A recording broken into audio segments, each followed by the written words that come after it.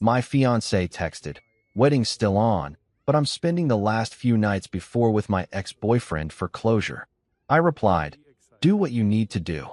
Then I called the venue and canceled everything. She found out at her bachelorette party when the venue called her about the cancellation, and then Wednesday afternoon hit me like a freight train carrying nothing but disappointment and lukewarm coffee. I was sitting at my desk in downtown Chicago, contemplating whether the fluorescent lights above me were specifically designed to suck the soul out of corporate drones like myself, when my phone decided to detonate my entire existence. I just wrapped up 3 back-to-back client meetings that felt like medieval torture sessions disguised as strategic planning discussions, and honestly, I was already questioning my life choices before my phone even buzzed. The notification popped up from Brooke Patterson, my fiancée, my supposed ride or die, the woman I was planning to legally bind myself to in exactly 3 days. 3 days. I was expecting the usual sweet nonsense she'd been bombarding me with for weeks. You know, the typical bride-to-be chaos. Did you confirm the flowers? Or my mom wants to move table 6 closer to the band? Or do you think ivory napkins clash with champagne tablecloths? The kind of questions that made me wonder if wedding planning was actually a form of advanced psychological warfare designed to break strong men. Instead, I got this absolute masterpiece of human audacity. Wedding's still on, but I'm spending the last few nights before with my ex-boyfriend for closure. I blinked at the screen like it was written in ancient hieroglyphics. Read it again. Nope, still said the same thing. My brain did that thing where it completely short-circuits and you just sit there like a deer in headlights, except the headlights are attached to a garbage truck heading straight for your dignity. Derek. She was talking about Derek Morrison, the walking disaster she claimed she'd completely erased from her life like a bad tattoo. The guy she swore up and down was ancient history and totally irrelevant to our relationship. The same Derek who mysteriously kept popping up in her social media likes, and who somehow always managed to be at the same bars we frequented. Pure coincidence, right? Sure, Brooke. And I'm secretly Batman that I sat there staring at this text message like it might suddenly rearrange itself into something that made sense. Maybe autocorrect had gone rogue. Maybe she meant to send this to her therapist, or her diary, or literally anyone else on the planet besides the man she was supposed to marry in 72 hours. But no, this was definitely meant for me, because apparently I'd been dating someone who thought closure with an ex was a totally normal pre-wedding activity. My thumbs hovered over the keyboard like they were afraid to make contact. What exactly does one say to that? Thanks for the heads up, honey. Have fun with your emotional baggage. Should I pick up condoms for you too while I'm out? Great idea. Nothing says ready for marriage like a sleepover with your ex. Instead, my apparently masochistic fingers typed out, "Do what you need to do." I hit send and immediately wanted to throw my phone into the Chicago River. What the hell was wrong with me? Why didn't I respond with the righteous fury this situation clearly deserved? Why wasn't I demanding explanations or setting boundaries or doing literally anything that resembled having a backbone? Her response came back faster than a boomerang. "You're the best, Marcus. So mature and secure. This is why I'm marrying you." Oh, the irony was absolutely delicious. She was marrying me because I was mature and secure enough to let her shack up with her ex-boyfriend right before our wedding. What a catch I was. So mature, so secure, so completely spineless that I'd just given my blessing to what was essentially sanctioned cheating with a side of emotional manipulation that I put the phone down on my desk and stared at it like it might explode. The office around me continued its usual Wednesday afternoon hum. Keyboards clicking, phones ringing, Karen from accounting laughing way too loudly at something that definitely wasn't that funny. Normal people doing normal things while my world imploded in real time via text message. The thing is, I knew instantly, and I mean immediately, like some kind of divine revelation, that the wedding was already dead.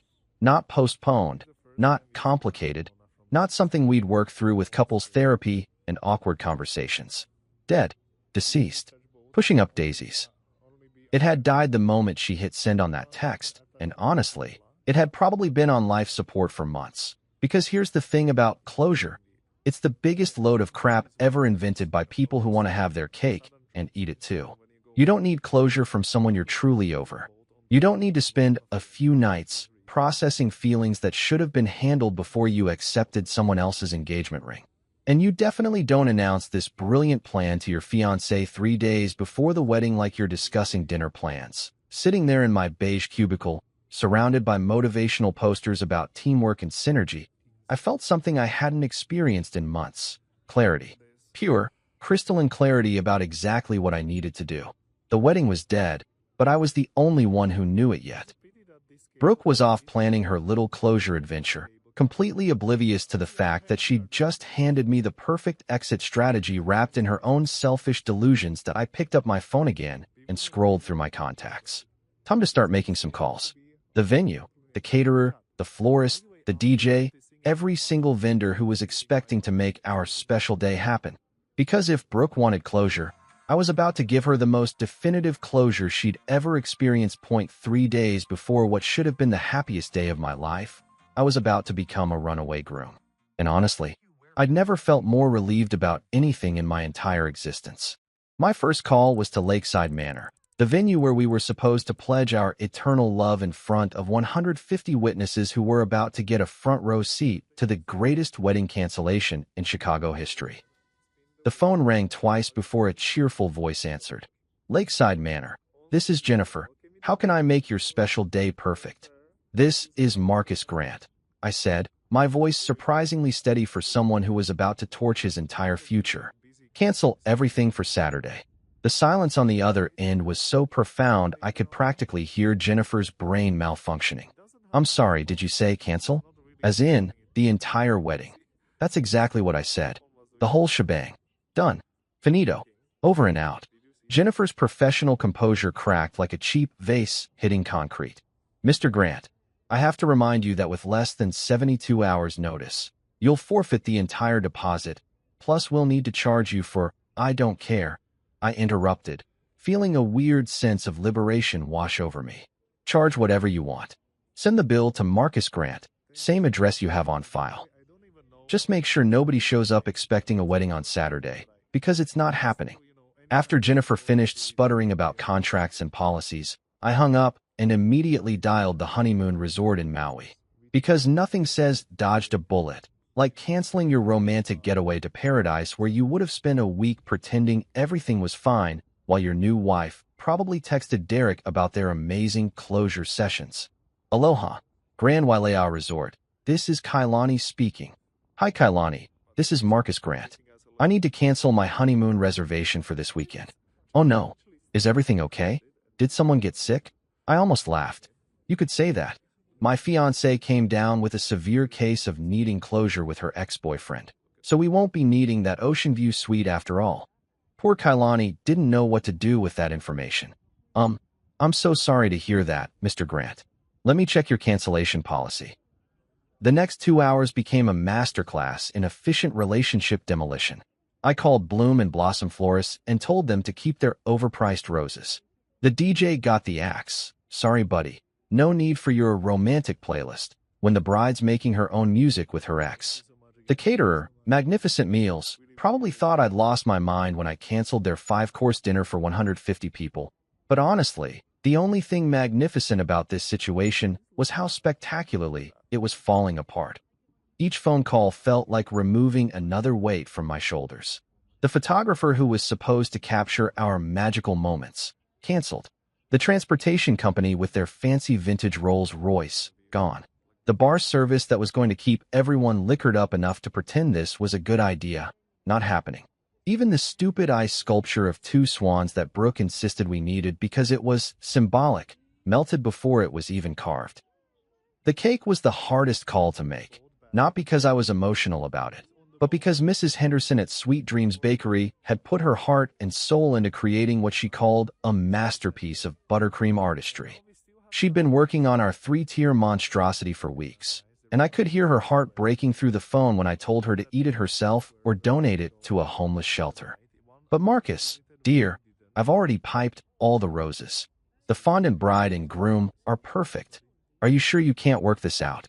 Mrs. Henderson, the fondant groom is about to find himself in the same situation as the real one, abandoned for someone else. Trust me, this is for the best. By the time I was done making calls, my phone battery was dead and my conscience was surprisingly clear. I just systematically dismantled what was supposed to be the biggest day of my life, and instead of feeling devastated, I felt like I'd just escaped from prison. That's when I realized I needed to call Jordan Clark, my best man, and the only person stupid enough to agree to stand up there with me while I made the biggest mistake of my life. Jordan answered on the first ring, probably expecting some last-minute groomsman logistics. Yo, Marcus, please tell me you're not calling about the bachelor party again. I already told you, what happens in Vegas definitely did not stay in Vegas, and I have the photos to prove it. Jordan, I said, I need you to sit down. Dude, I'm at work. I can't just... Sit down, Jordan. Trust me on this one. I heard the squeak of his office chair. Okay, I'm sitting. You're starting to freak me out, man. What's going on? Instead of explaining, I forwarded him Brooke's text message, the one that had started this whole beautiful disaster. Then I waited, listening to the sound of Jordan reading and processing what was probably the most audacious pre-wedding communication in human history. The silence stretched on for so long, I thought the call had dropped. Then, in a voice that sounded like he was speaking to a small child who'd just eaten paint chips, Jordan said, "She actually thought you'd say yes to that. Apparently, I'm just that mature and secure. Marcus, please tell me you didn't actually say yes to this insanity." I told her to do what she needed to do. Another pause. And then I canceled everything. The wedding's off, Jordan. Completely, totally, 100% off. I could practically hear Jordan's grin through the phone. Holy shit, dude. You actually did it. You pulled the plug on the whole thing. I need you to call the groomsmen. Let them know they can return their tuxes and make other plans for Saturday. The Marcus and Brooke show has been permanently canceled. This is the best news I've heard all year, Jordan said. I mean, I'm sorry you're going through this, but dude, you just dodged a nuclear missile. I'll call everyone right now. Thanks, man. I owe you one. You don't owe me anything. You just gave me the best story I'll ever tell at parties for the rest of my life. After hanging up with Jordan, I packed my stuff from the apartment Brooke and I shared. It was amazing how little of my actual life was intertwined with hers. My clothes, my books, my coffee maker that she always complained was too loud in the mornings. Everything fit into 3 boxes and a suitcase that I left the engagement ring on the kitchen counter with a sticky note that read, "For closure." Then I walked out the door and never looked back. That night, while Brooke was out living her best bachelorette life downtown, completely oblivious to the fact that her wedding had been systematically dismantled like a house of cards in a hurricane, I was camped out at Jordan's apartment with him and his girlfriend Rachel, armed with enough snacks to survive a small apocalypse and the kind of morbid anticipation you usually reserve for watching disaster movies. Jordan's place was perfect for this kind of operation. A corner apartment with huge windows overlooking the city, a sectional couch that could comfortably seat a small army, and most importantly, excellent Wi-Fi for monitoring the incoming shitstorm. Rachel had gone full event coordinator mode, setting up what she called mission control on the coffee table, laptops, phone chargers, a notepad for keeping track of developments, and enough junk food to feed a fraternity house during finals week. This is either going to be the most epic meltdown in social media history, or absolutely nothing will happen and we'll all feel stupid, Rachel said, arranging bags of popcorn like she was preparing for a movie marathon. But honestly, based on what you've told us about Brooke, I'm betting on epic meltdown. Jordan was practically vibrating with excitement. Dude, I've been waiting for something like this my entire life. Remember in college when Sarah found out Brad was cheating through his Instagram story? This is going to be 10 times better. I had to admit, their enthusiasm was infectious. After spending months walking on eggshells around Brooke's increasingly dramatic wedding demands, it felt good to be around people who appreciated the sheer absurdity of what was happening. Plus, I'd already gone through the initial shock and anger during my vendor canceling spree. Now I was just curious to see how long it would take for reality to hit Brooke like a freight train carrying a load of her own poor life choices. I still can't believe she actually sent you that text, Rachel said, shaking her head. Like, what was the thought process there? Hey honey, I know we're getting married in 3 days, but I'm going to go bang my ex-boyfriend real quick for emotional reasons. Hope that's cool. The best part, Jordan added, is that she thought Marcus would just sit there and take it. Like he's some kind of doormat who'd be grateful she was even bothering to inform him about her extracurricular activities. I stretched out on the couch, feeling more relaxed than I had in weeks. You know what's funny? I think she genuinely believed I'd be okay with it. Like, in her mind, being mature and secure means letting your fiancé do whatever she wants without consequences. That's not mature, Rachel said. That's being a pushover. There's a difference between being understanding and being a human welcome mat. We'd strategically blocked Brooke and her entire wedding party from all our social media accounts. But Jordan had kept his phone open to monitor the situation. He'd set up a whole system, screenshots, screen recordings, the works. The man was more prepared than a war correspondent heading into a combat zone. So what's the timeline here? Rachel asked, consulting her notepad like she was planning a military operation. When do you think she'll figure out the wedding's been canceled? I checked my watch. The bachelorette party started at 7. Knowing Brooke, they'll spend the first few hours taking photos for Instagram, drinking overpriced cocktails, and talking about how blessed she is. The venue's automated system sends cancellation confirmations at 9:30, so we've got about an hour and a half of peace before all hell breaks loose, Jordan finished. Assuming she even checks her email during the party, Rachel pointed out. Some people actually put their phones away during special events. Jordan and I looked at her like she'd just suggested people might stop breathing for fun. You've met Brooke, right? Jordan said. The woman who live-tweeted her own engagement? She's not putting her phone away for anything. He was right, of course. Brooke was the kind of person who documented every moment of her life like she was running for president and needed proof of all her activities. Her Instagram story probably had more updates than a breaking news feed during a natural disaster. Plus, I added, she specifically requested to be copied on all vendor communications. She wanted to stay in the loop and make sure nothing went wrong. Well, congratulations, Brooke. You're definitely going to stay in the loop. We settled in to wait, making predictions about how the night would unfold.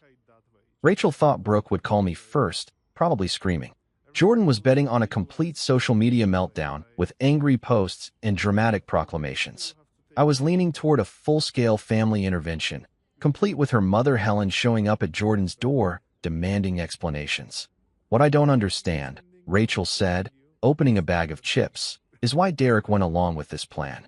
Like, what guy thinks it's a good idea to sleep with someone else's fiancé 3 days before their wedding? The kind of guy who's been trying to break them up for months, Jordan replied. Think about it. He gets to play the supportive ex-boyfriend while simultaneously sabotaging her relationship. It's actually kind of brilliant, in a completely psychotic way. Except he didn't count on Marcus having a spine, I pointed out. His whole plan depended on me being too pathetic to do anything about it. Their plan, Rachel corrected. Don't forget, Brooke was in on this too. She probably thought she could have her cake and eat it too. Marry you for stability and keep Derek around for whatever pathetic emotional validation she gets from him. The more we talked about it, the clearer it became that this whole situation had been brewing for months. All those times Derek mysteriously showed up places. All those conversations about closure and unresolved feelings. All those moments when Brooke seemed distracted or defensive when I asked about her past relationships. It hadn't been paranoia or insecurity on my part. It had been pattern recognition. You know what the really messed up part is? I said, grabbing a handful of popcorn. If she'd just been honest about still having feelings for Derek, we could have broken up like normal people. Instead, she decided to string me along right up until the wedding, like I was some kind of backup plan. That's what narcissists do, Rachel said matter-of-factly. They keep people around as options while they explore other opportunities. The engagement ring was probably just insurance in case things didn't work out with Derek. Jordan's phone buzzed with a notification, and we all froze like we'd been caught doing something illegal. He checked the screen and grinned. It's starting. At exactly 9:23 p.m., Jordan's phone lit up like a Christmas tree having an electrical malfunction. We'd been sitting there for over 2 hours, munching on snacks and making increasingly ridiculous predictions about how Brooke's night would implode, when the automated email system at Lakeside Manor decided to drop its little digital bomb right into her perfectly curated bachelorette party. Oh shit, here we go, Jordan said, his eyes glued to his phone screen. The venue just sent the cancellation notice. Rachel leaned over his shoulder, practically vibrating with anticipation. Did she see it yet? Give it a minute, I said, feeling weirdly calm about the whole thing. She's probably too busy posing for photos to check her email immediately. I was right, of course. Brooke's Instagram story had been updating every 15 minutes like clockwork since 7 o'clock. The progression was almost artistic in its predictability. Pre-party shots of her getting ready in a white satin robe that probably cost more than most people's rent. Arrival photos at the rooftop bar in matching Bride Tribe shirts that made everyone look like they were advertising a cult. Group shots with overpriced cocktails that came with sparklers because apparently regular drinks weren't extra enough for this crowd. Her maid of honor, Gretchen Morrison, yes, Derek's sister, because apparently this whole situation needed an extra layer of family drama, had been documenting everything with the enthusiasm of a war correspondent covering the liberation of Paris. The photos showed 12 women in various shades of pink and white, all grinning like they'd just won the lottery, while Brooke held court in the center wearing a tiara that looked like it came from a children's dress-up box. "Look at this," Jordan said, showing us his screen. "Posted 20 minutes ago. My girls got me the perfect tiara because I'm literally a princess tonight. 3 more days until I become Mrs. Grant." The irony is just chef's kiss. Then, at 9:31 p.m., the tone of Gretchen's posts took a sharp left turn into panic territory. "Is Marcus with you guys tonight? Brooke's freaking out about something and won't tell us what's wrong." "And there it is," Rachel said, clapping her hands together. The moment reality crashed into fantasy land. What happened next was like watching a car accident in slow motion. If car accidents involved designer cocktails and women in matching t-shirts instead of actual vehicles. Jordan kept screenshot capturing everything as the updates got progressively more frantic. Gretchen's posts went from confused to concerned to borderline hysterical in the span of about 10 minutes. "OMG, something is seriously wrong. Brooke just locked herself in the bathroom and won't come out. She's crying and screaming about Marcus ruining everything. What is happening?" "The bathroom breakdown," I observed. Classic Brooke move. Whenever she can't control a situation, she retreats to the nearest lockable room and has a complete meltdown. "Should we feel bad about this?" Rachel asked, though her tone suggested she wasn't feeling particularly guilty. "About what? About her finally facing the consequences of her own actions?" "Nah, I'm good," I replied, grabbing another handful of popcorn. The real entertainment started when Brooke's mother, Helen Patterson, began her assault on everyone's voicemail. Jordan had the brilliant idea to put his phone on speaker so we could all enjoy the increasingly unhinged messages as they came in. Message 1, 9:47 p.m. "Jordan, this is Helen Patterson. I need you to call me immediately. There's been some kind of misunderstanding about the wedding arrangements, and I need to speak with Marcus right away." Message 2, 9:52 p.m. "Jordan, I don't know what kind of childish game Marcus is playing, but he needs to stop this nonsense immediately. He's ruining my daughter's life over nothing. Call me back." Message 3, 10:08 p.m. "This is absolutely ridiculous. Marcus is being completely unreasonable and childish. We have 150 guests flying in from all over the country, and he's throwing a tantrum like a spoiled brat. We'll sue him for every penny of those deposits if he doesn't fix this immediately." The legal threats, Rachel noted. Right on schedule. When narcissists can't manipulate, they always go straight to intimidation. "Except all the contracts are in my name," I pointed out. "Good luck suing me for canceling my own wedding." Message 4 was where Helen really let her true colors show. "Fine, if that's how he wants to play it. We'll have the wedding without him.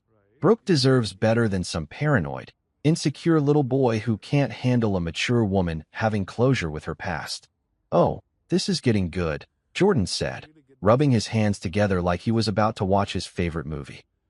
But the real cherry on top of this disaster Sunday came when Derek himself decided to get involved. At 10:23 p.m., he actually had the audacity to text Jordan directly, as if they were old buddies who regularly chatted about relationship drama. "Hey man, can we talk? This whole thing is getting out of hand. Brooke is hysterical, and I think there's been a misunderstanding. Can you ask Marcus to call me? We need to have a man-to-man conversation about this." Jordan looked at me with raised eyebrows. "Want me to respond?" "Go for it," I said. "But keep it classy." Jordan's fingers flew over his keyboard. "My guy, you literally told the groom you'd be sleeping over with his bride 3 days before the wedding. What exactly did you think would happen? that he'd send you a fruit basket and a thank you note. The response came back almost immediately. It's not like that. It's complicated. Brooke has unresolved feelings, and she needed closure before she could fully commit to Marcus. I was just trying to help her work through her emotions. Oh, how noble of you, Rachel said sarcastically. What a selfless act of service, sleeping with someone else's fiancé to help her work through her feelings. Jordan typed back, Dude, if you're going to home wreck, at least own it. Don't insult everyone's intelligence by pretending you're doing it out of the goodness of your heart. Meanwhile, the Instagram updates from the bachelorette party had completely stopped.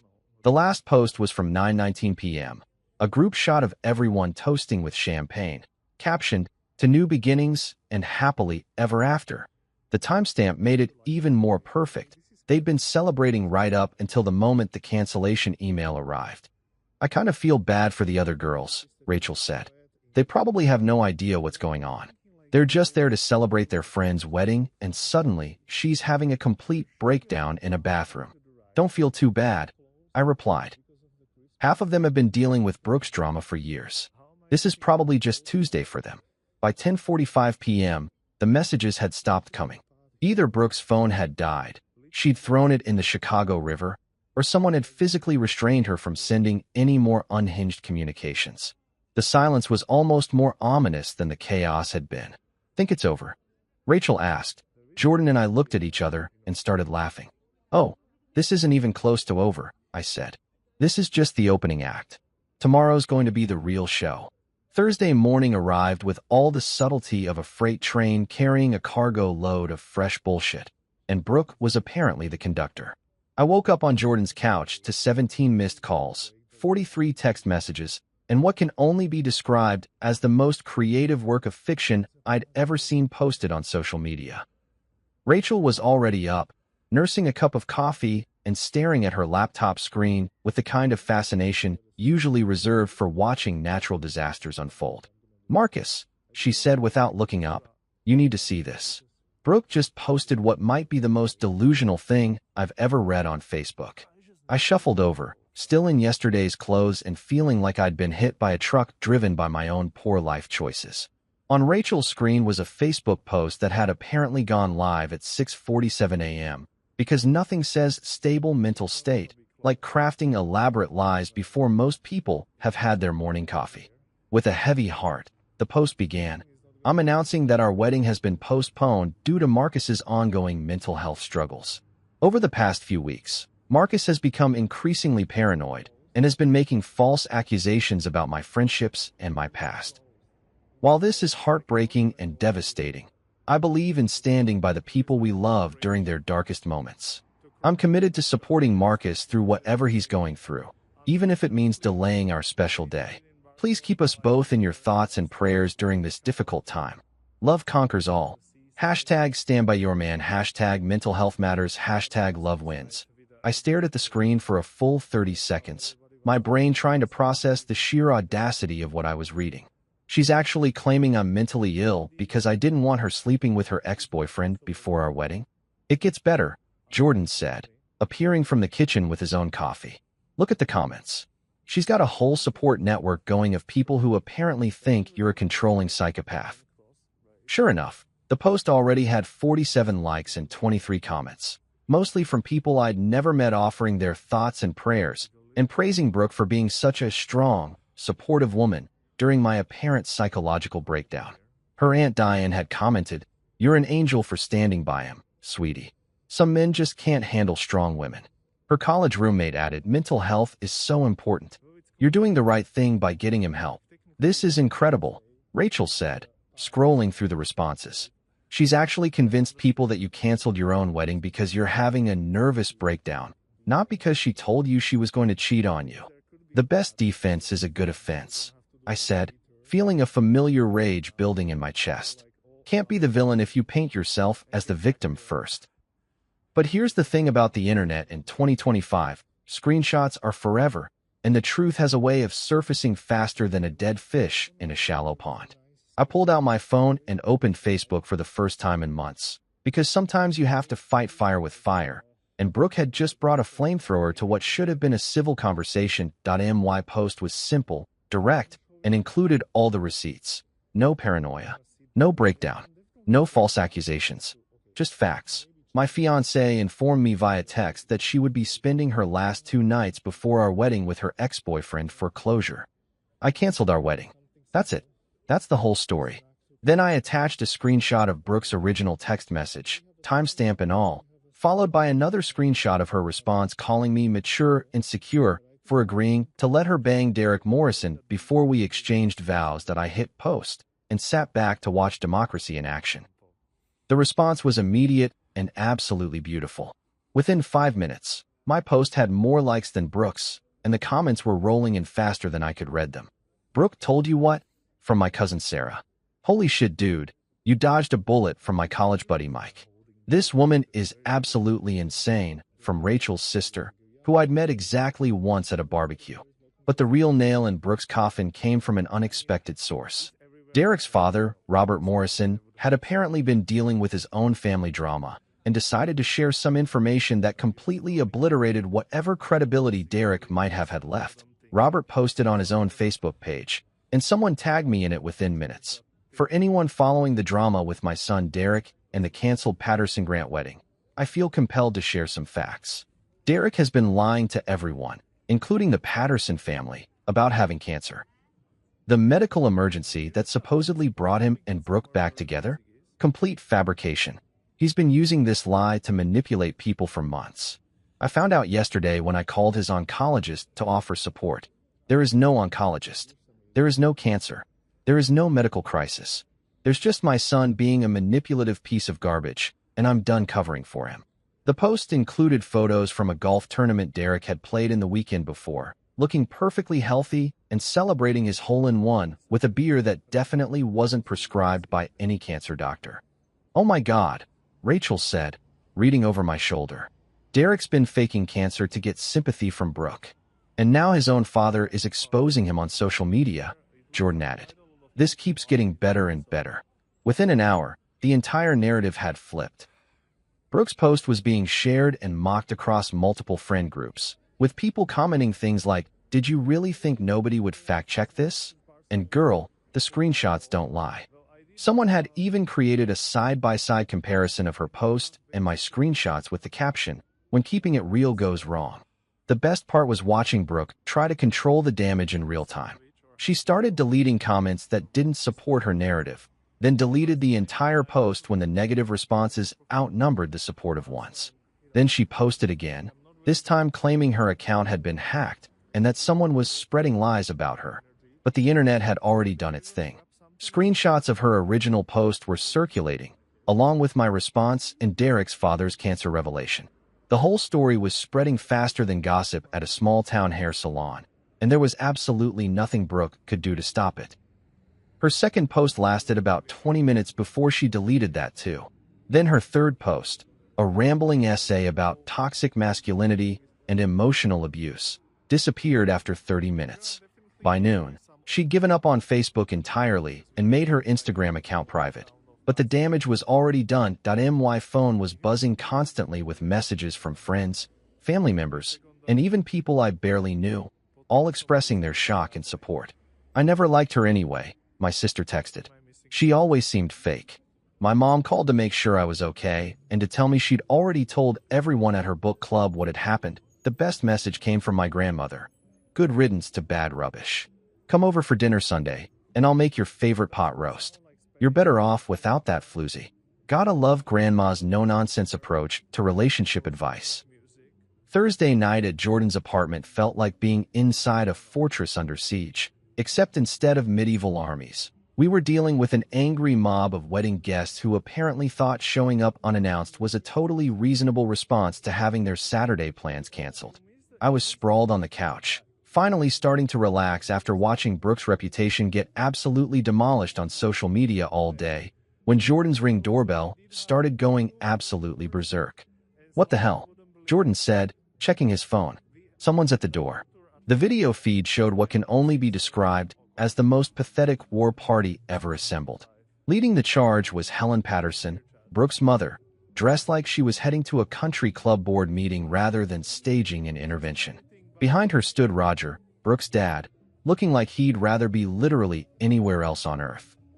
Gretchen was there too, still wearing her Bride Tribe shirt from the night before, which was either dedication or a complete inability to read the room. And bringing up the rear, like the world's most unwelcome surprise guest, was Derek Morrison himself. But the real star of this shit show was Brooke, front and center, still wearing her bachelorette party tiara, because apparently accessories are the most important thing when you're having a public meltdown. "This is actually happening," Rachel whispered, peering over Jordan's shoulder at the phone screen. "They actually formed a posse and came here." The doorbell rang again, followed by aggressive knocking that sounded like Helen was trying to beat down the door with her perfectly manicured fists. Jordan pressed the intercom button on his phone, and suddenly we could hear the circus that was happening in his hallway. "Jordan Clark, I know you're in there." Helen's voice came through the speaker, shrill and demanding. "We need to speak with Marcus immediately. This has gone on long enough." "Ma'am, this is a private residence," Jordan replied through the intercom, his voice perfectly calm and professional. "You need to leave. Don't you dare ma'am me, young man." Helen shot back. "Do you have any idea what your friend has done? We have 150 guests flying in from all over the country for a wedding that's supposed to happen in 2 days." Roger stepped forward, looking like he was about to negotiate a hostage situation. "Jordan, please. We just want to talk. This whole thing has gotten completely out of hand. Maybe we can work something out." "Work something out?" I said to Jordan. "What are we, negotiating a business merger?" Through the speaker, we could hear Brooke's voice, high-pitched and hysterical. "Marcus is being completely unreasonable. All I wanted was closure. I wasn't going to actually do anything with Derek. Then why did you ask to spend 2 nights with him?" Jordan asked through the intercom, and I had to give him credit for cutting straight to the heart of the matter. That's when Derek decided to chime in, because apparently this situation wasn't already ridiculous enough. "Look, man, I think there's been a misunderstanding. Can we just talk this out, man to man? I know how this looks, but it's not what you think." Jordan looked at me with raised eyebrows. I shook my head and made a throat-slitting gesture. No way in hell was I having a man-to-man conversation with the guy who'd been plotting to sleep with my fiancée while pretending to have cancer. "Derek," Jordan said into the intercom, "you're literally the last person who should be talking to him right now. You told the groom you'd be sleeping over with his bride. What exactly did you think was going to happen? It's not like that." Derek protested. "We have history. She needed to process her feelings before she could fully commit to someone else." "By processing, you mean sleeping with her," Rachel called out, loud enough for the intercom to pick up. Gretchen's voice joined the chorus. "This is all just a big misunderstanding. Brooke loves Marcus. She's always loved Marcus. Derek was just helping her work through some unresolved emotions." "Unresolved emotions," I repeated. "Is that what we're calling it now?" The conversation continued for another 10 minutes, with Helen making increasingly ridiculous demands and threats. She wanted me to come downstairs and discuss this like adults. She wanted Jordan to stop enabling Marcus's childish behavior. She wanted the wedding to happen as planned because too much money had already been spent, and what would people think? The best part was when she started making legal threats again. "We'll sue you for emotional distress. We'll sue you for the deposits. We'll sue you for everything you're worth." "Ma'am," Jordan replied, "you can't sue someone for canceling their own wedding. Also, I'm pretty sure emotional distress requires proving that the person actually caused the distress, not just responded appropriately to it." That's when Brooke completely lost it. Through the intercom, we could hear her screaming at the top of her lungs. "This is insane. I was doing Marcus a favor by marrying him. He should be grateful that someone like me even wanted to be with someone like him." "And there it is," Rachel said quietly. "The truth finally comes out. I could have had anyone." Brooke continued. "Derek has been begging me to come back to him for years. I chose Marcus because I thought he was stable and secure, but he's just as crazy and jealous as every other guy I've dated." "Wow," I said. "She's really selling herself as quite the catch there." Roger's voice came through next, and for the first time, he sounded genuinely embarrassed. "Brooke, honey, maybe we should go home and talk about this privately." "No," she shrieked. "I'm not leaving until Marcus comes down here and explains himself. He owes me that much." "Actually," Jordan said through the intercom, "he doesn't owe you anything. But I'll tell you what, security is on their way up, so you might want to start heading toward the elevator." That wasn't actually true, but it had the desired effect. We could hear Helen sputtering indignantly and Roger trying to convince everyone to leave before things got worse. Gretchen was arguing with Derek about whether they should wait for security or just leave, and through it all, Brooke was still screaming about how unfair everything was. The final nail in the coffin came when Derek tried one last desperate appeal. Marcus, if you're listening, just give me 5 minutes to explain. This whole thing got blown way out of proportion. Brooke and I have a connection that goes back years, and she needed to explore that before she could fully commit to you. I was just trying to help her be sure about her decision. Jordan's response was absolutely perfect. Dude, you just admitted you were trying to steal another man's fiancée. On camera, while standing outside his friend's apartment building. At 10 o'clock at night. Wearing yesterday's clothes. Maybe it's time to reevaluate your life choices. Within 5 minutes, building security actually did show up, and we watched through the Ring camera as the whole pathetic group was escorted toward the elevators.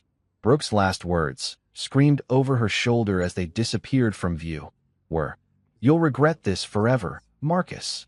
You're making the biggest mistake of your life." Somehow, I said, settling back into the couch, I doubt that.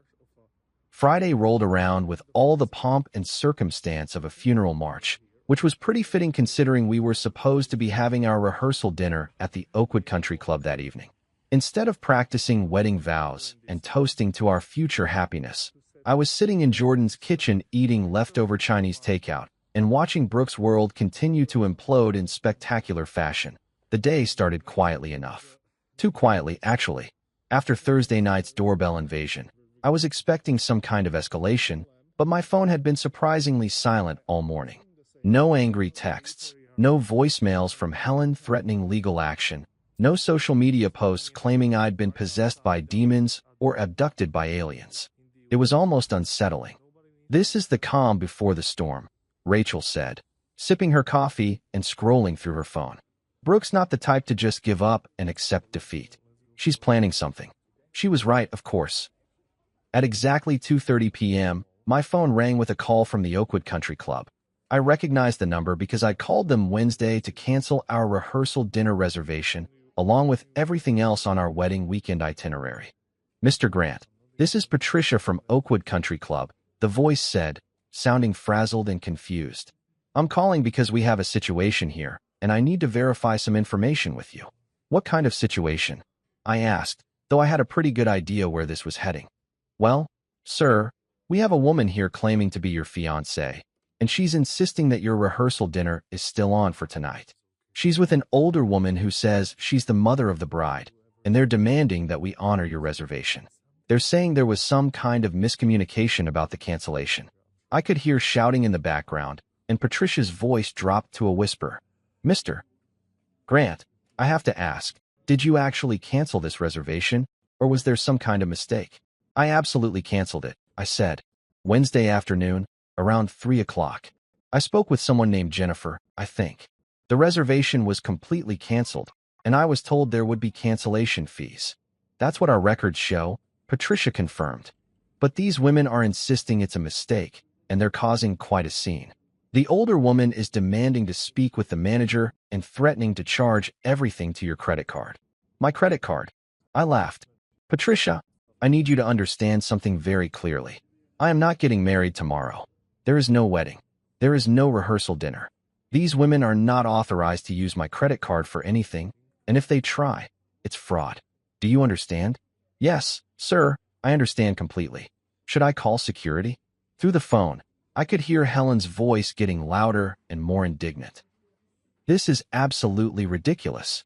We've been planning this event for months. You cannot treat paying customers this way." "Patricia," I said, "yes, please call security. And if they refuse to leave, call the police. I want this documented in case they try to pull any more stunts." 20 minutes later, Patricia called me back. "Mr. Grant, I wanted to follow up. We did have to call the police to escort them off the property." The younger woman became quite belligerent when we explained that the reservation was canceled, and the older woman actually tried to physically push past our hostess to get to the private dining room. "Are you serious?" "Unfortunately, yes. The police report is being filed as trespassing and attempted fraud." They tried to force us to charge your card for services you'd already canceled. The officer said this kind of thing happens more often than you'd think with canceled weddings. I thanked Patricia and hung up, feeling a weird mix of vindication and secondhand embarrassment. How desperate do you have to be to show up at a venue you know has been canceled and try to force them to honor a reservation that doesn't exist? But the real entertainment came later that afternoon when my phone rang again, this time from a number I didn't recognize. I almost didn't answer, but curiosity got the better of me. Marcus.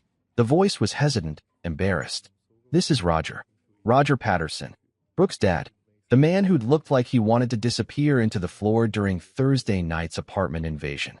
Hi, Roger, I said, genuinely curious about what he could possibly want to discuss. Listen, son, he said, and I could hear the exhaustion in his voice. I need to ask you something, and I want you to be completely honest with me. Is this really what you want? Is this how you want this whole thing to end? For a moment, I almost felt bad for him. Roger had always seemed like a decent guy who'd gotten stuck in the middle of his wife and daughter's drama. But then I remembered why we were having this conversation in the first place. Roger, did you see Brooke's text message? The one where she told me she was going to spend 2 nights with her ex-boyfriend before our wedding. Silence on the other end. Because I've got screenshots if you want to see them, I continued, along with her response calling me mature and secure for letting her do it. More silence. And did you know that Derek has been lying about having cancer? That the whole medical emergency that brought them back together was completely fake? A long sigh. Yeah, I saw Robert's post yesterday about Derek faking the cancer thing. So knowing all that, do you really think I should marry your daughter tomorrow? The pause stretched on for so long I thought the call had dropped. Finally, Roger spoke again, his voice barely above a whisper. No. No. I guess I wouldn't want my son to marry someone who did that to him. I appreciate your honesty, Roger. I really do. Marcus, for what it's worth, I'm sorry. I knew Helen was encouraging this whole closure thing with Derek. She thought he had money, thought maybe Brooke could do better. I should have said something, but... He trailed off. But what? But I've been thinking about divorce for 2 years, and I didn't want to rock the boat until after the wedding. Guess that doesn't matter now. Holy shit. Brooke's parents were getting divorced too? This day just kept getting better and better. I'm sorry to hear that, Roger. But maybe this is all for the best. For everyone. Yeah, he said sadly. Maybe it is. Take care of yourself, Marcus. You're a good kid, and you deserve better than this circus. After he hung up, I sat there staring at my phone, trying to process everything that had happened. In the span of 3 days, I'd canceled my wedding, watched my ex-fiancé have multiple public meltdowns, been threatened with lawsuits, had my mental health questioned on social media, gotten invaded by angry relatives, and now learned that my almost-in-laws were splitting up too. And somehow, despite all the chaos and drama, I felt better than I had in months. Everything okay? Jordan asked, walking into the kitchen. Yeah, I said, surprising myself with how much I meant it. Everything's actually pretty great. Friday night was supposed to be our rehearsal dinner. Instead, I was sitting in Jordan's living room eating pizza and watching what can only be described as the most spectacular social media meltdown in human history unfold in real time on Instagram Live. If someone had told me a week ago that I'd be spending the night before my wedding watching my ex-fiancé have a complete psychological breakdown on the internet, I would have recommended they seek professional help. But here we were, living in the timeline where nothing made sense and everything was simultaneously horrible and hilarious. The IT started around 9 o'clock. Rachel was the first to notice, frantically waving her phone at us from across the room. Oh my God, you guys, Brooke just went live on Instagram. And she's drunk. Very, very drunk. The 3 of us huddled around Rachel's phone like we were watching the final episode of our favorite TV show. The video quality was shaky, clearly being filmed on a phone that wasn't being held steady, and the lighting was terrible. But there was Brooke, sitting on what was obviously Derek's couch. I recognized that hideous abstract art on the wall behind her from his social media posts, wearing her bachelorette party tiara and holding a glass of wine that was definitely not her first of the evening. Hi everyone. She slurred into the camera, her makeup smudged and her hair looking like she'd been running her hands through it for hours. I wanted to go live tonight to tell you all the truth about what's really happening with my wedding tomorrow. Oh, this is going to be good, Jordan said, settling in with his own slice of pizza. Marcus Grant, she continued, saying my name like it tasted bad, has completely ruined my life. All I wanted was closure with someone who meant a lot to me, and he turned it into this whole big thing. Like, literally all I wanted was to spend a couple nights with Derek to make sure I was making the right decision about getting married, and Marcus completely freaked out. The comments section was already going crazy. I could see them flying by. Most of them were not supportive. Girl, what are you even saying right now? Are you seriously admitting to cheating? This is why he left you. But Brooke was either too drunk or too delusional to notice. She kept going, digging her hole deeper with every word. People keep acting like I did something wrong, but I was trying to be honest. I could have just gone behind Marcus's back, but I told him what I was doing because I thought he was mature enough to understand. I thought he was secure enough in our relationship to let me have closure with my past. Let her have closure, Rachel repeated, with her past, while wearing his engagement ring. The train wreck continued for another 10 minutes, with Brooke alternating between crying and ranting about how unfair everything was. She talked about how Derek was the love of her life, but she'd chosen Marcus because he was stable and reliable. She complained about having to cancel all her wedding plans and how embarrassing it was to tell people the wedding was off. I could have had anyone, she said, taking another sip of wine. Derek has been wanting me back for years. He told me he'd do anything to be with me again.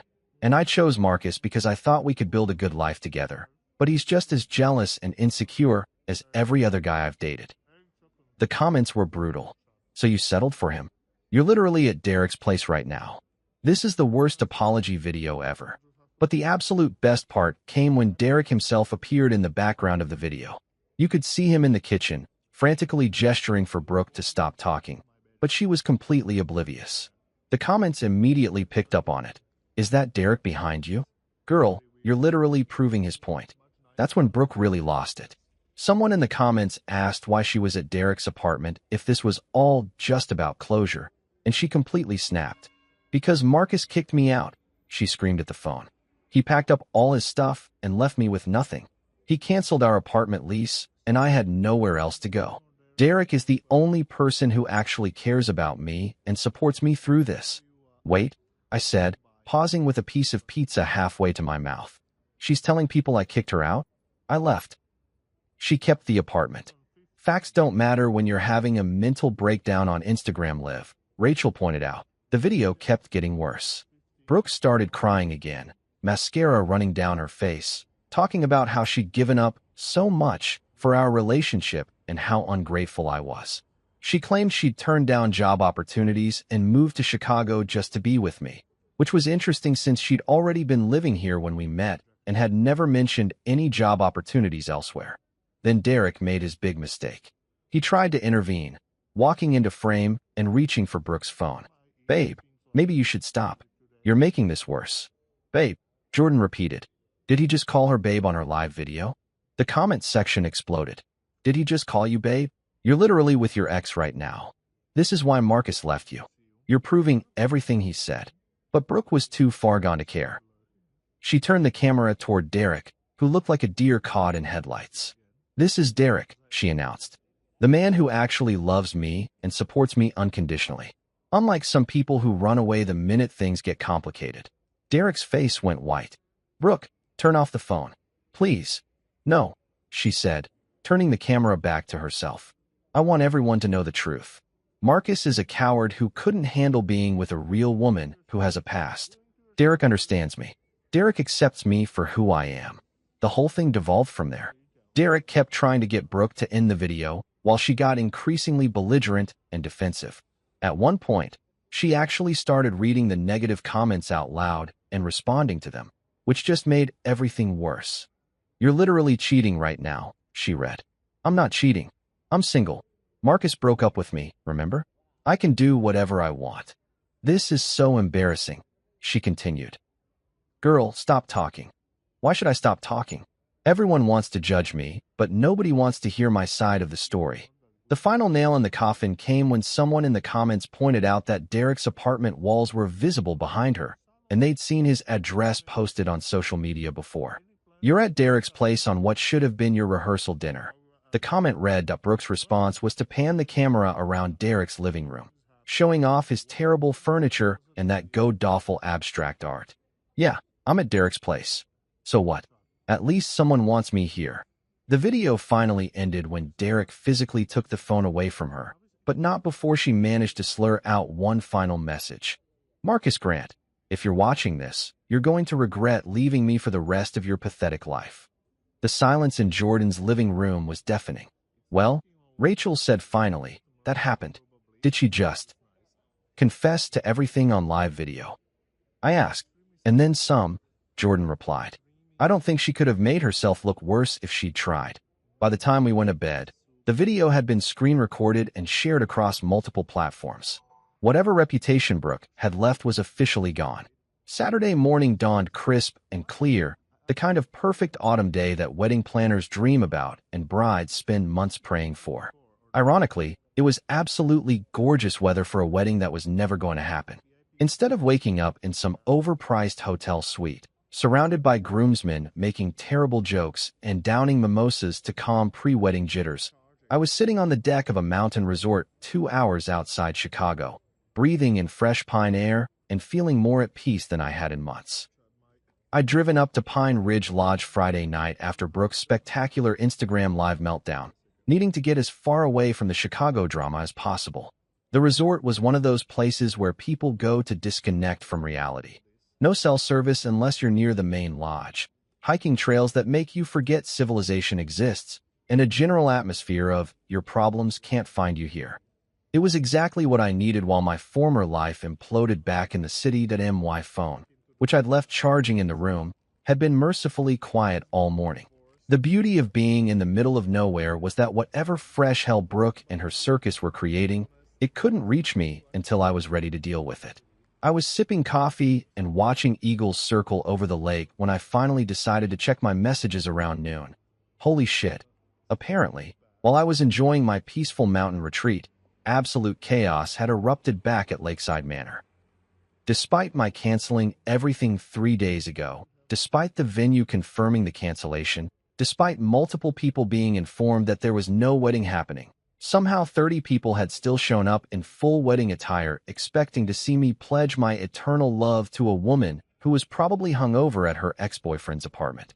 The messages from Jordan painted a picture so absurd it could have been a Saturday Night Live sketch. Brooke and Helen had apparently told select family members that the wedding was just postponed, not canceled, and that everything would work itself out by Saturday. They'd convinced Brooke's grandmother, her aunts and uncles, a handful of cousins, and even some of her college friends to show up anyway because Marcus would come to his senses. But here's where it got really good. Lakeside Manor, being a popular venue, had booked another event in our place, a corporate retreat for some tech companies celebrating their quarterly achievements.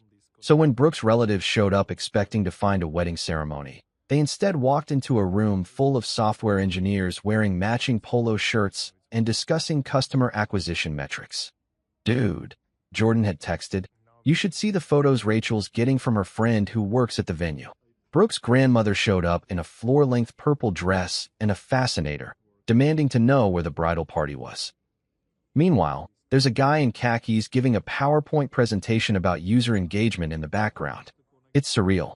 The venue staff, God bless them, had tried to explain that there was no wedding scheduled, but Helen had apparently gone full Karen mode, demanding to speak with managers and threatening to sue everyone in sight. Security had to be called when she tried to force her way into the conference room where the tech bros were trying to enjoy their team-building exercises. But the absolute crown jewel of this disaster was what happened when Derek's father, Robert Morrison, showed up. Apparently, Derek had been telling his parents that he was getting married to Brooke, conveniently leaving out the small detail that she was supposed to be marrying someone else first. Robert had driven 4 hours from Milwaukee, wearing his best suit and carrying a wedding gift, expecting to watch his son finally settle down with a nice girl.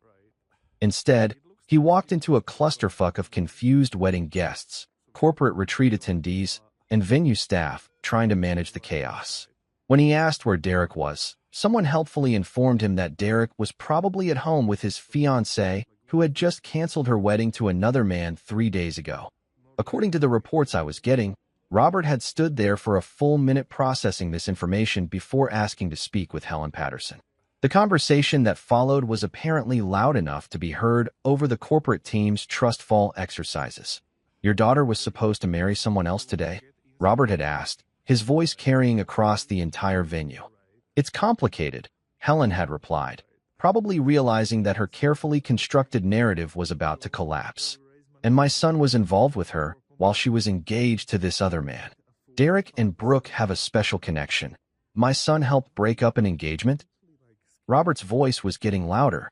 My son, who I raised to be a decent human being, was sleeping with another man's fiancée? That's when Helen made her fatal mistake. Your son has cancer. Brooke was just being supportive during his medical crisis. The silence that followed was apparently so complete that even the tech bros stopped their presentation to see what was happening.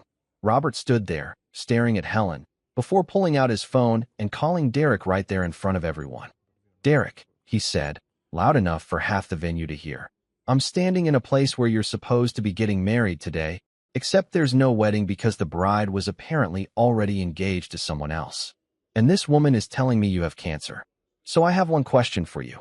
What the fuck is going on? The phone conversation lasted about 30 seconds before Robert hung up and turned back to Helen and the assembled crowd. Ladies and gentlemen, he announced, my son does not have cancer. He has never had cancer. He's been lying to manipulate this woman and destroy her relationship with her fiancé. And as of right now, he's no longer my son. Then he walked out, leaving his wedding gift on the reception table and Helen standing there with her mouth open like a fish out of water. The police were called for the second time in 3 days, and the whole group was finally escorted off the property. But the damage was done.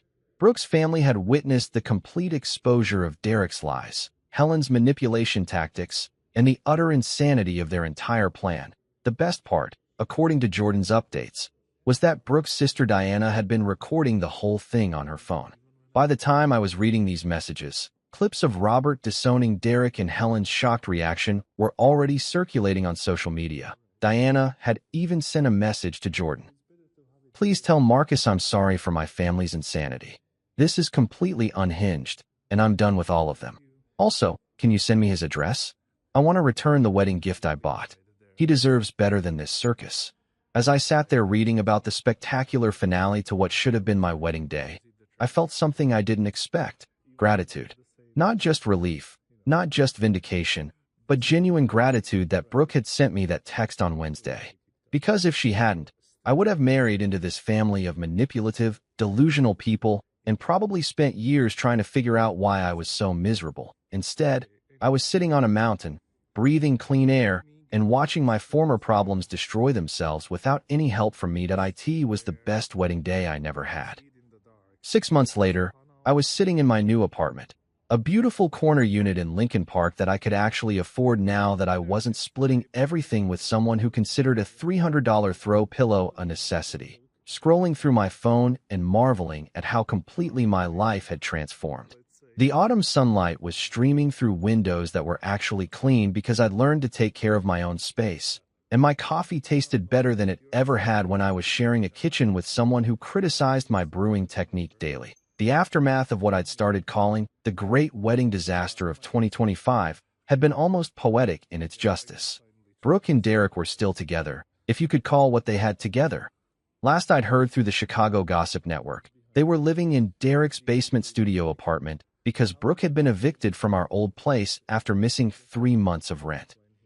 Apparently, when you spend all your time having dramatic meltdowns on social media instead of going to work, employers tend to notice. Their relationship, from what I could gather through mutual acquaintances who couldn't resist sharing updates, was exactly as toxic and miserable as you'd expect. Brooke had discovered that Derek, without the thrill of sneaking around and lying to other people, was just an unemployed man-child who played video games all day and couldn't hold down a job because he kept getting fired for personality conflicts with his supervisors.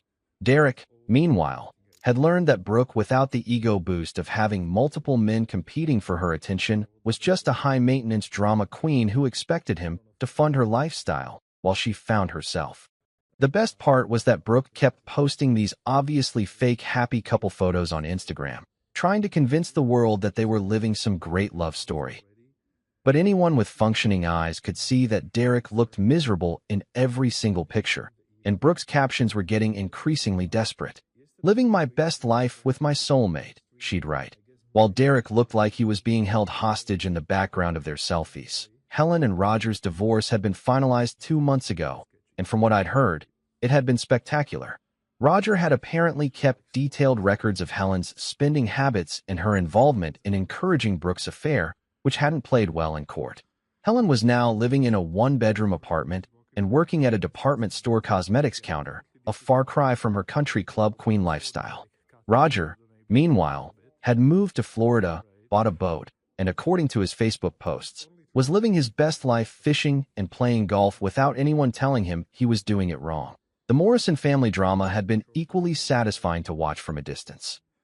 Derek's father, Robert, had followed through on his threat to disown his son, cutting off all financial support and removing Derek from his will. Derek's mother had sided with Robert after learning the full extent of Derek's lies and manipulation. Last I'd heard, Derek had tried reaching out to them around Christmas, but they'd refused to even take his calls. But honestly, the most satisfying part of this whole experience wasn't watching my former problems self-destruct. It was discovering what my life looked like when I wasn't constantly managing someone else's emotional chaos. For the first time in years, I could make plans without having to check with someone who might suddenly decide she had feelings about whatever I wanted to do. I could have friends over without worrying about whether they'd meet Brooke's social standards. I could eat cereal for dinner if I wanted to, or spend an entire Saturday reading without someone complaining that I was being antisocial. My work life had improved dramatically too. Without the constant stress of relationship drama, I'd been able to focus on my projects and had gotten promoted to senior account manager just last month. My boss had actually commented on how much more creative and confident I'd become, which was hilarious because all I'd done was remove one extremely negative person from my daily routine. The climbing group I joined had become a regular part of my week, and through them I'd met Elise Chun, a software engineer who worked for one of those companies that makes apps people actually use instead of corporate nonsense. When I told her the story of my canceled wedding, she'd laughed so hard she'd almost fallen off the climbing wall. "Wait," she'd said. "She actually thought you'd be okay with her sleeping with her ex-boyfriend before your wedding? And then she was surprised when you canceled everything. She called me mature and secure for agreeing to it," I'd explained. "That's not mature, that's being a doormat. There's a huge difference." What I loved about Elise was that she was exactly the opposite of everything that had been wrong with my relationship with Brooke. She was direct instead of manipulative, honest instead of dramatic, and she actually seemed to enjoy my company instead of treating me like an accessory to her lifestyle. When she said she wanted to do something, she meant it. When she was upset about something, she told me what was wrong instead of making me guess. It was like discovering that relationships didn't have to be psychological warfare disguised as romance. We'd been dating for 3 months now, and not once had she mentioned needing closure with any ex-boyfriends. Crazy concept, I know. The few mutual friends I still had from my Brooke days would occasionally update me on the ongoing drama. Apparently, Brooke and Derek had broken up and gotten back together 4 times since my wedding disaster, each time with increasingly public social media announcements about their unbreakable bond and meant-to-be connection. The last breakup had involved Brooke throwing Derek's PlayStation out of their second-story window, which had been captured on someone's Ring camera and shared widely among people who knew them. Gretchen, Derek's sister who had been Brooke's maid of honor, had actually reached out to me a few months ago to apologize for her family's role in the whole mess. She'd been mortified when she learned about Derek's cancer lies and had apparently spent weeks texting Brooke trying to talk sense into her before finally giving up and cutting contact with both of them. "I should have seen what was happening," she'd said. "Derek always was a manipulative little shit, but I thought he'd grown out of it. And Brooke, I don't know what happened to her. She used to be fun and normal, but somewhere along the way she turned into this person who thinks the world owes her something." Looking back now, I could see all the red flags I'd ignored during my relationship with Brooke. The way she'd talk about her exes like they were all crazy or couldn't handle her. The way she'd create drama with waitstaff and retail workers for no reason. The way she'd test my boundaries constantly, seeing how much she could get away with. The way she'd always have some crisis that required immediate attention and emotional support, but somehow never had time to provide the same support when I needed it. But the biggest red flag had been how exhausted I felt all the time when I was with her. I thought it was just the stress of wedding planning or work pressure, but now I realized it was the constant effort of trying to manage someone who was fundamentally unmanageable.